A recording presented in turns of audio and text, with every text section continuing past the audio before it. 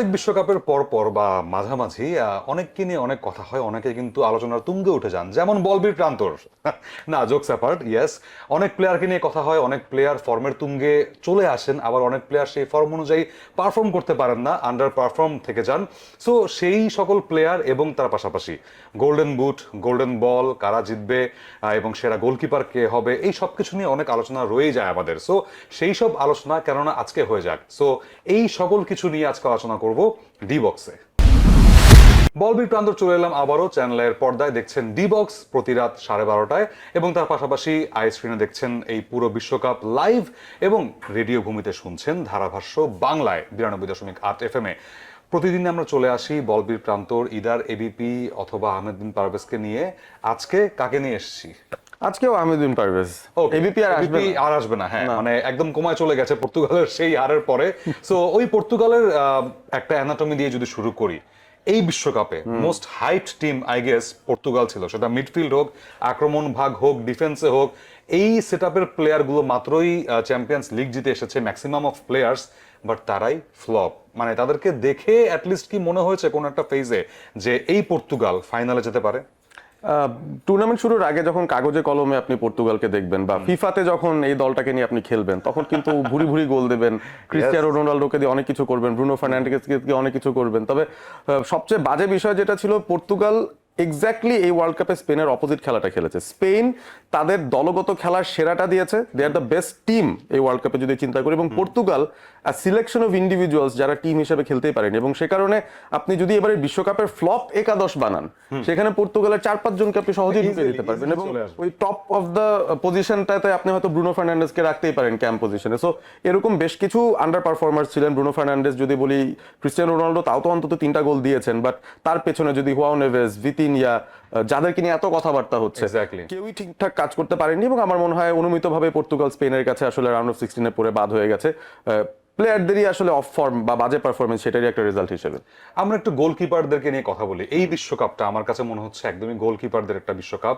আমরা সেমিফাইনালে দেখলাম, ডেফিনেটলি সেমিফাইনালে মেইনান হয়তো ফ্লপ করেছেন ফ্রান্সের, বাট স্পেনের উনাই সিমন দুর্দান্ত পারফর্ম করেছেন তিনি, এবং তিনি প্রমাণ করেছেন কেন সেখানে ডেভিড রায় এবং গার্সিয়াকে বাদ দিয়ে তাকে বেছে নেওয়া হয়েছে। সিমিলারলি সেমিফাইনাল 2-তে যদি আমি যাই, এমিলিয়ানো মার্তিনেজকে নিয়ে বলার কিছুই নেই, নতুন করে আপনারা খুব ভালো মতো জানেন তার বিষয়ে গত বিশ্বকাপের পর। সো তার পাশাপাশি পিকফোর্ডের কথা বলতে হয়, খুবই আনলাকি, একটু আমার মনে হচ্ছে আন্ডার রেটেডও ছিলেন তিনি এই বিশ্বকাপটা যখন শুরু হয়, বাট হি প্রুভড অল রং। প্রায় কিন্তু এই সেমিফাইনালটাও বাঁচিয়ে ফেলেছিলেন ইংল্যান্ডের হয়ে। তার পাশাপাশি আরো যদি বলি ভোজিনহা, যাকে নিয়ে অনেক অনেক কথা হচ্ছে, বনু, তাকে নিয়ে অনেক কথা হচ্ছে। এর বাইরে আপনার মতে কে কে থাকতে পারে? আর গোলকিপারদের তালিকায় ইরানের গোলকিপার আছেন ডেফিনেটলি, এবং প্যারাগুয়ের যে গোলকিপার আছেন অলিভার গিল, তাকে নিয়ে কিন্তু অনেক কথা হচ্ছে এবং তিনি হয়তো বড় কোনো ক্লাবে ঢুকেও যেতে পারেন, এরকম আলোচনা চলছে। তবে দিন শেষে আপনি যদি আন্ডাররেটেড কিপারদের কথা বলেন, এই টুর্নামেন্টে ভোজিনের থেকে বেটার পারফরমেন্স বোধহয় আর কেউ করতে পারেনি। এবং এখনো পর্যন্ত মজার বিষয় হচ্ছে, স্পেন কিন্তু একটা ম্যাচই ড্র করেছিল, তারপর সবকটা ম্যাচ তারা জিতে ফাইনাল পর্যন্ত পৌঁছে গেছে, এবং যেই ম্যাচটা ড্র করেছে তারা কোনো গোল দিতে পারেনি, that team is Cape Verde. So এই দলের গোলকিপার যে আসলে কি করতে পারেন, এক ম্যাচে তার 9টা সেভ ছিল স্পেনের এগেইনস্টে। সো ওভারঅল আমার কাছে মনে হয় যে কেপ ভার্দের এই স্বপ্নের যে যাত্রা রাউন্ড অফ 32-তে আসা, সেটার পেছনে সবচেয়ে বড় তারকা বোধহয় এই 40 বছরের ভোজিনিয়াই ছিলেন। আরেকজনকে বলতে পারি অবশ্যই নরওয়ের নাইল্যান্ডের কথা। নাইল্যান্ড দুর্দান্ত কিপিং করেছেন, অবশ্যই তারও একটা বড় ক্লাবে যাওয়ার সম্ভাবনা কিন্তু তৈরি হয়ে গেছে। ডিফেন্স লাইনে যদি আমি আসি, গোলকিপারকে পার করে ডিফেন্স লাইনে কার কার কথা বলতে চাচ্ছেন আপনি? ডিফেন্সে আমি শুরুতেই আবারও সেই আন্ডার পারফর্মিং একটা ডুও নিয়ে কথা বলবো, যেখানে রেনাতো ভিয়েগা ছিলেন ফর পর্তুগাল। তিনি আবার 13 নম্বর জার্সি পরেন, সো আমি সেই জার্সি পরে বসে আছি। চেষ্টা করেছেন বাট নিজের সেরাটা দিতে পারেননি। Ruben Diaz not so good, তারাও আমার মনে হয় ফ্লপ একাদশে জায়গা পেয়ে যেতে পারেন। গ্যাব্রিয়েল মাগালেস ফ্রম ব্রাজিল ফ্লপ করেছেন, ভালো করতে পারেননি। বাট ভালো যারা করেছেন সেই জায়গায় আমি বলবো যে নতুন প্রথমবারের মতো ওয়ার্ল্ড কাপ খেলতে আসা কিছু প্লেয়াররা ভালো করেছেন। মার্ক গেহির কথা বলা যায়, তিনি ভালো করেছেন। উপমেকানো ফ্রম ফ্রান্স, তিনি ভালো করেছেন এবং মূলত ফ্রান্সের মূল ডিফেন্ডার হিসেবে দাঁড়িয়ে গেছেন। তবে সবচেয়ে বেস্ট ডিফেন্সিভ ইউনিট যেটা মাত্র একটা গোল যারা খেয়েছে সেই স্পেনের ডিফেন্সিভ ইউনিট নিয়ে ডেফিনেটলি কথা বলতে হবে। হ্যাঁ, কুকুরেয়াকে নিয়ে কথা বলতেই হয়। My first club choice club সেটা রিয়াল মাদ্রিদ। কুকুরেয়াকে যিনি কিনেছেন ফ্লোরেন্তিনো পেরেজ, সো তার পেছনে কেন কারিগরি অর্থ নিয়ে তিনি বসেছিলেন সেটা প্রমাণ কিন্তু হয়ে গেছে ডেফিনেটলি। কুকুরেয়া এই বিশ্বকাপে সেখানে বল টাচ করেছেন সেই কথা বাদ দিলাম, বল তিনি টাচ করেছেন প্রায় আই গেস 300 থেকে 400টা। সেখান থেকে বল রিসিভ বা বল ট্যাকেল করে সেভ করে নিয়ে আসা বা ইন্টারসেপ্ট করা, এই রেশিওটা তার হচ্ছে 55%। একজন ডিফেন্সের একজন প্লেয়ারের জন্য এই পার্সেন্টেজটা ইটস দানবীয় আমি বলবো সেখানে। সো কুকুর এখানে কথা বলা যায় ডেফিনেটলি, এবং স্পেনের পুরো ডিফেন্স লাইনটাই আই গেস এরকমই যাবে। মানে এবং আপনি চিন্তা করেন যে প্রথম ওয়ার্ল্ড কাপ খেলতে এসেছেন পেড্রো পোরো কিংবা কুবার্সি, যেই পারফরমেন্স দিয়েছেন তারা, Cubarsi specially as a central defender, আমার মনে হয় এই মুহূর্তে যদি ওয়ার্ল্ড কাপের বেস্ট ডিফেন্ডারদের তালিকা করি সেখানে টপ 3 তে তিনি ডেফিনেটলি থাকবেন। কুবার্সির বিষয়ে একটা মজার তথ্য দিতে চাই, সেটা হচ্ছে হ্যান্সি ফ্লিকের একটা প্রভাব কিন্তু আছে এই বিশ্বকাপে। কেন?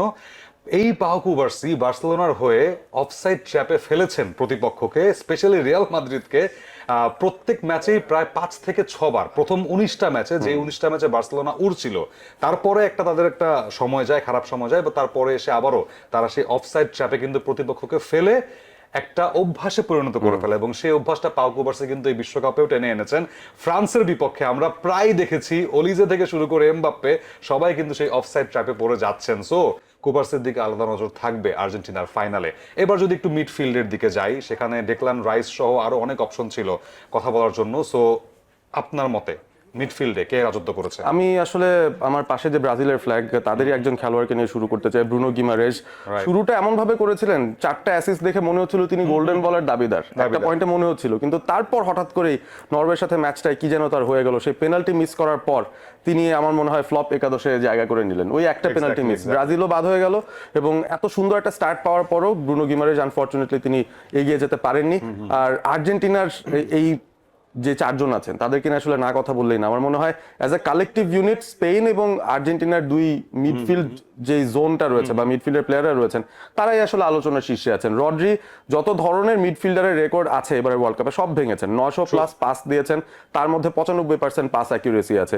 ইন্টারসেপশনস, duels won, aerial battles winning, সবকিছুতেই রড্রি মানে টপে আছেন বলা যায়।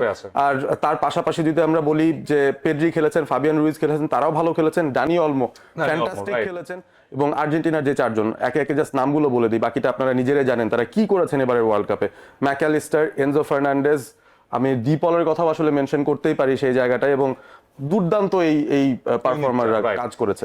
এক্স্যাক্টলি। এবার যদি একটু স্ট্রাইকিং পজিশনে যাই, ফরওয়ার্ড পজিশনে যাই, সেখানে গোল্ডেন বলের সেই দাবিদারটাতে এই ফরওয়ার্ড প্লেয়াররাই থাকে। সো সেখানে ডেফিনেটলি সবাই বাদ পড়ে গেছে আস্তে আস্তে।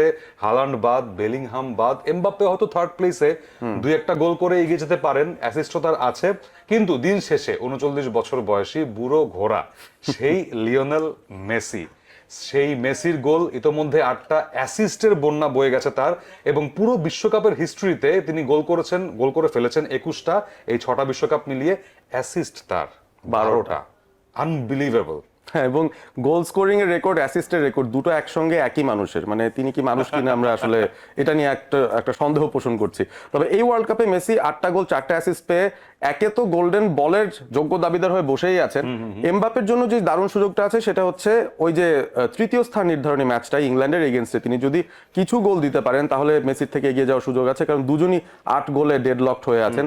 ইংল্যান্ড যেহেতু বাদ পড়ে গেছে, হ্যারি কেইন এবং বেলিংহাম ইকুয়েশন থেকে বাদ, আর্লিং হালান্ড 7টা গোল দিয়েছেন, তিনিও ইকুয়েশন থেকে আউট। সো গোল্ডেন বুটের রেসে শুধু দুজনই বাকি রয়েছেন, আবারও ঘুরে ফিরে গত ওয়ার্ল্ড কাপের মতো এমবাপ্পে এবং লিওনেল মেসি। সো দেখা যাক মেসি আসলে কতটুকু অ্যাপেটাইট দেখেন ফাইনালে, বাট এমবাপ্পের একটা ভালো সুযোগ আছে আমার মনে হয় গোল্ডেন বুটটা জেতার।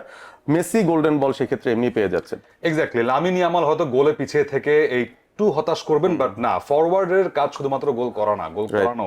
সো লামিন ইয়ামালের পারফরমেন্সটা বিশ্লেষণ করতে আমরা পরের পর্বগুলো রাখবো, অবশ্যই নিরাশ হবেন না। ডেফিনেটলি থার্ড প্লেস ম্যাচ বাকি এবং দ্য মেগা ফাইনাল বাকি। সো সেই ম্যাচগুলো নিয়েও আমরা ডিবক্সে আলোচনা করতে চলে আসবো। সাথে থাকবেন চ্যানেল আয়ের, শুনতে থাকবেন রেডিও ভূমি, এবং সবগুলো ম্যাচ লাইভ দেখবেন আই স্ক্রিনের পর্দায়। বিদায় নিচ্ছি আজকে, গুড নাইট ফ্রম ডিবক্স।